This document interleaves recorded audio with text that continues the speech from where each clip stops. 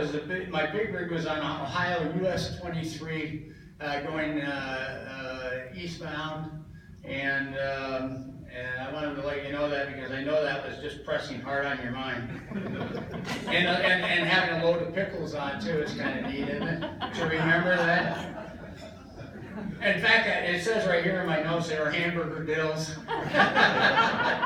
you know that. And the jumping up and down, think of the jumping up and down as there was a seat under me, and think of the torture they were taking for this 440-pound guy jumping up and down. The seat thing, I want you to remember because this comes into my story a little bit more. So, one of the 4 or 6 companies that would allow me to come in and make a pitch turned out to be Buick.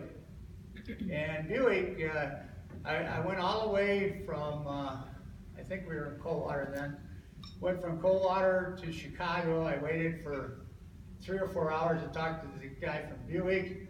The guy from Buick turned me down in less than 5 minutes.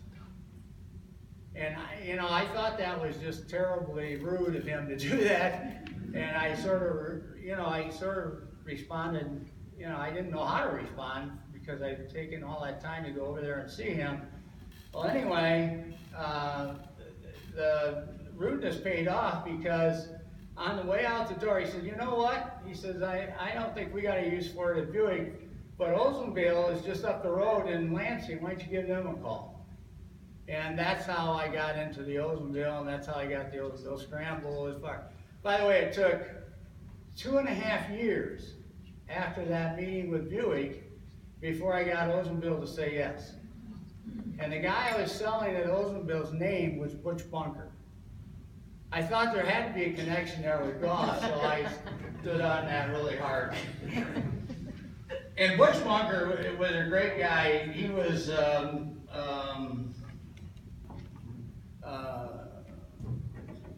marketing guy at GM, and he told me he was the one that took me aside and said, "Let me tell you how this works in the big time. Because now you're dealing with GM, and you're just a little squatty, chubby school teacher from northern Michigan. I think I can help you out a little bit." And so what he did is he walked me through the fact that if anybody would accept a guy like me, would bring them to an upper decision maker at GM, they could get fired for doing that if it didn't work out. He said, so just think of everybody that you contact, everybody that you talk to, they can get fired if they do it, they can't get fired if they don't do it. And that's what you're up against. And that's exactly what you're up against in getting any Fortune 500 company to do anything, because they're more worried about their name and not doing it wrong than they are worried about, whether the thing works or not. So and that's why you don't see more companies out there doing things like the Oldsmobile Scramble. But I think, and one of the reasons I was so happy to take this award, I think that grassroots golf is the next big thing in golf. I think this is where golf is going to reinvigorate itself and come back into being a very, very important part of the merchandising theme, because it builds relationships. You'll buy a car on television, but you usually won't buy a car unless you buy it from somebody you trust and somebody you know. And so as this period gets over of just being, like on the internet, we're going to go back to a time when relationships are really important. In every other part of business, except in a few of them, the relationship thing is already back. So that's very important for, I think, Michigan with Kate Moore and her staff and just the people I met, Jeff Hogue, everybody up here, if they could figure out a way to accept the business and to write some kind of deal to get the business. We've been trying for a couple of years And we haven't gotten it done yet with the MGCOA, but it's just very important you have an easy way for people to do business with you. And if you have an easy way to do it, then you can really get it done. Raisin Valley, is Brenda here? Brenda has helped me out, so I can't even, she's exactly the kind of person you need to help you get something like this started, because once you get it started, once you test it, you steal all her good ideas, you mix them up with all your good ideas, and pretty soon you have some good ideas going. That's exactly the way it works, isn't it, Brenda? We've done that over and over again. So that's sort of that's how you get that started. Now back to the chair thing. Butch Bunker's office was on the 3rd floor. Now that's important. This is in Lansing. The 3rd floor was like the 2nd run of executives. 4th floor was like secretaries. 5th floor, and I think the 6th floor was the executive floor. So after 2.5 years of calling on Butch, and finally I get this call, and Butch says, "We have a meeting set up with you with all of the big guys at Oldsmobile. And it's not going to be on the 6th floor. And you're going to get to make your pitch. You're going to have as much time as you want." And I'm just excited. I mean, this has been 13 years now. 2.5 years with just Oldsmobile, 13 years altogether trying to figure out a way to get into these guys and give them to be my sponsor. So we get up on the 6th floor. I come in just when they told me to, about 2 minutes early. They fold me in. Butch introduced me, and I shook hands with everybody. I took my seat, and my seat broke and went right flat on the ground.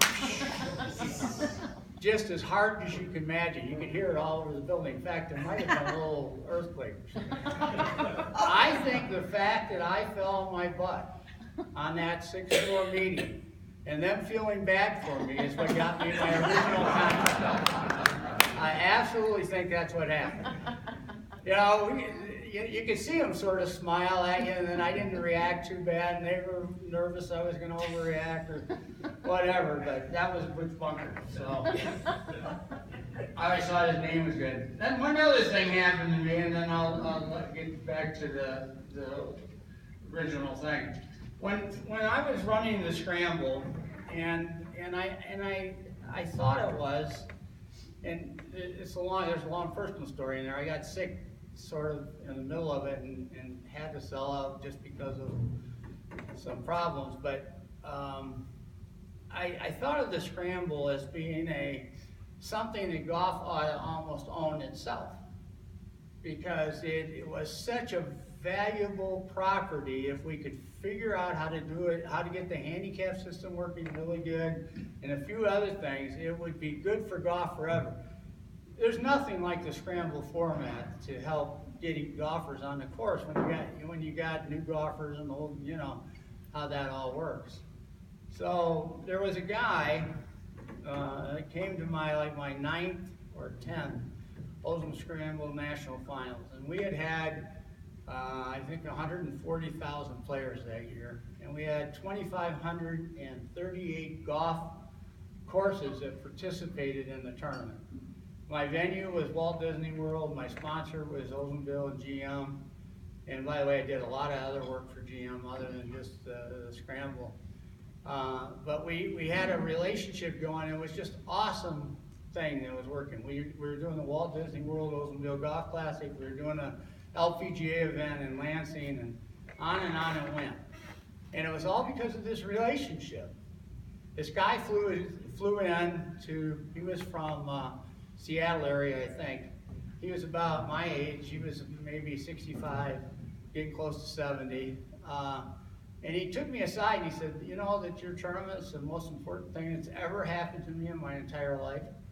I said, "How can that possibly be? You're obviously a multi-millionaire. You've done all kinds of things. You've run this great business and stuff." And he said, "The Oldsmobile Scramble has allowed me to play with my buddies for another 10 years. I've got so I can't hit it over a couple hundred yards if I have the very best shot that I have."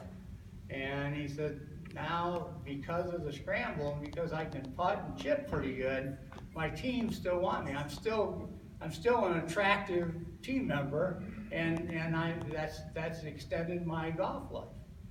And I found out later it was probably the G5 that he flew around in that took him from site to site to site that got him more invitations than maybe his golf ability.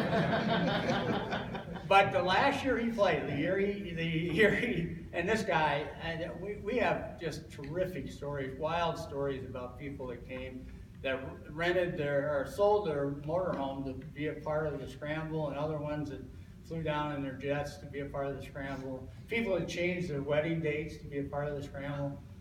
We didn't get involved in too many of those, but it was pretty scary. But in the last year he played in the tournament, on the 17th hole of his local tournament, he had chipped in about an 80-footer that was impossible to chip in. Everybody on his team said it was impossible. He chipped it in, and that allowed him to go to the sectional. When he got to the sectional, he was the 5th guy. He was known as a putter and a chipper. He couldn't hit it out of his shadow, but he could do that. And so when he got to the 18th hole, he had a curling downhill 22-footer that curled away from him. And he knocked it right in the hole and got to go to the finals. And that's how he and I met. And he said, what he said about the scramble then made me be a believer that grassroots golf, that that kind of golf that I'm talking about is hugely important to your future. And I hope that through like Kate's group and all the groups that are that you really take it to heart, because that's just an important part of our legacy, that we can really bring golf to everybody. They go out their back door and they can play in a national tournament. That's just an awesome thing. Thank you.